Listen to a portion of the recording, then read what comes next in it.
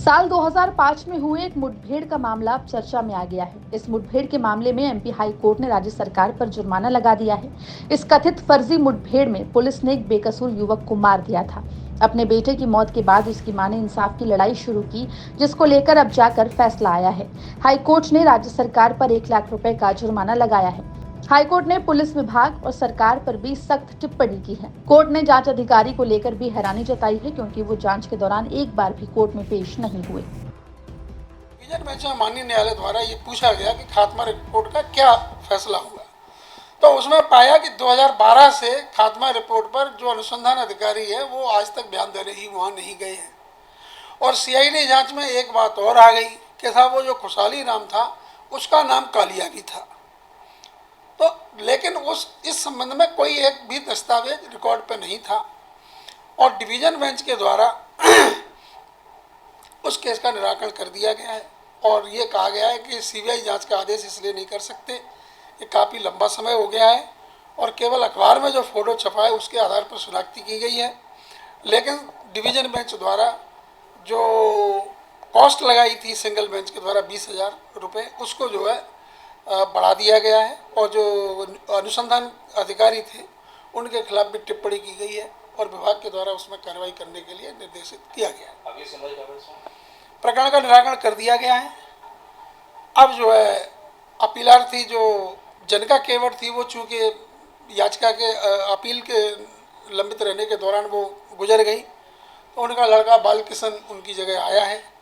फैसले की कॉपी हम प्राप्त कर रहे हैं और उनसे बातचीत चल रही है। अभी इस पर विचार विमर्श किया जाएगा कि इस मामले को क्या सर्वोच्च न्यायालय में ले जाया जाए या नहीं। दरअसल ये पूरा मामला साल 2005 का है, जब डबरा की रहने वाली एक महिला ने कोर्ट में याचिका दायर की थी और अपने बेटे के फर्जी एनकाउंटर का आरोप लगाया था। ये जनका केवट याचिका करता थी, उसके द्वारा माननीय उच्च न्यायालय में याचिका दायर की गई थी और उसका ये कहना था कि उसके 3 बेटे हैं और उन तीनों बेटों को एक रात पुलिस डबरा आई और रात में उठा के ले गई। उसके द्वारा पुलिस में जब शिकायत की गई तो उसके 2 बेटों को पुलिस ने छोड़ दिया और एक तीसरा बेटा छोटू और खुशहाली राम था, उसको पुलिस ने नहीं छोड़ा। काफ़ी पुलिस में शिकायत की, अधिकारियों को शिकायत की, लेकिन कोई कार्रवाई नहीं हुई।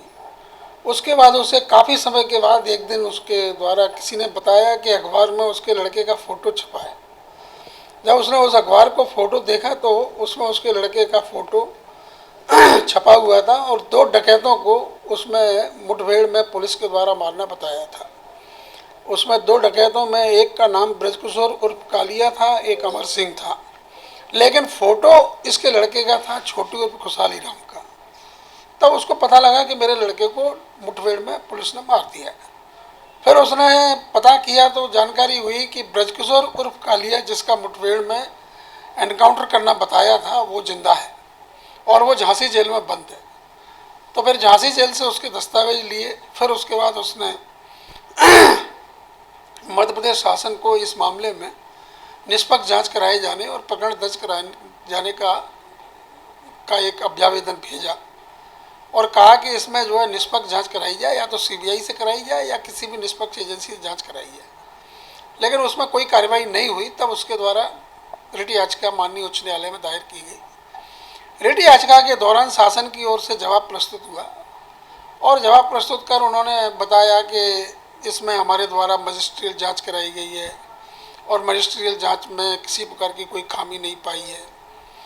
लेकिन जो दस्तावेज लगे थे उनके अनुसार ये था कि ब्रजकिशोर उर्फ कालिया अगर जिंदा है तो मुठभेड़ में फिर उसकी जगह मार किसको दिया।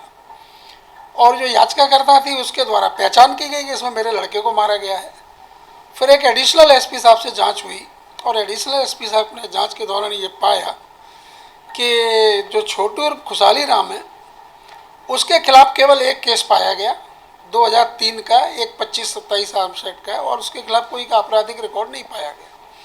और पुलिस में एडिशनल एसपी साहब की जो रिपोर्ट थी उसमें ये आया कि ब्रजकिशोर उर्फ कालिया जिंदा है और उसकी जगह गलत आदमी को मार दिया।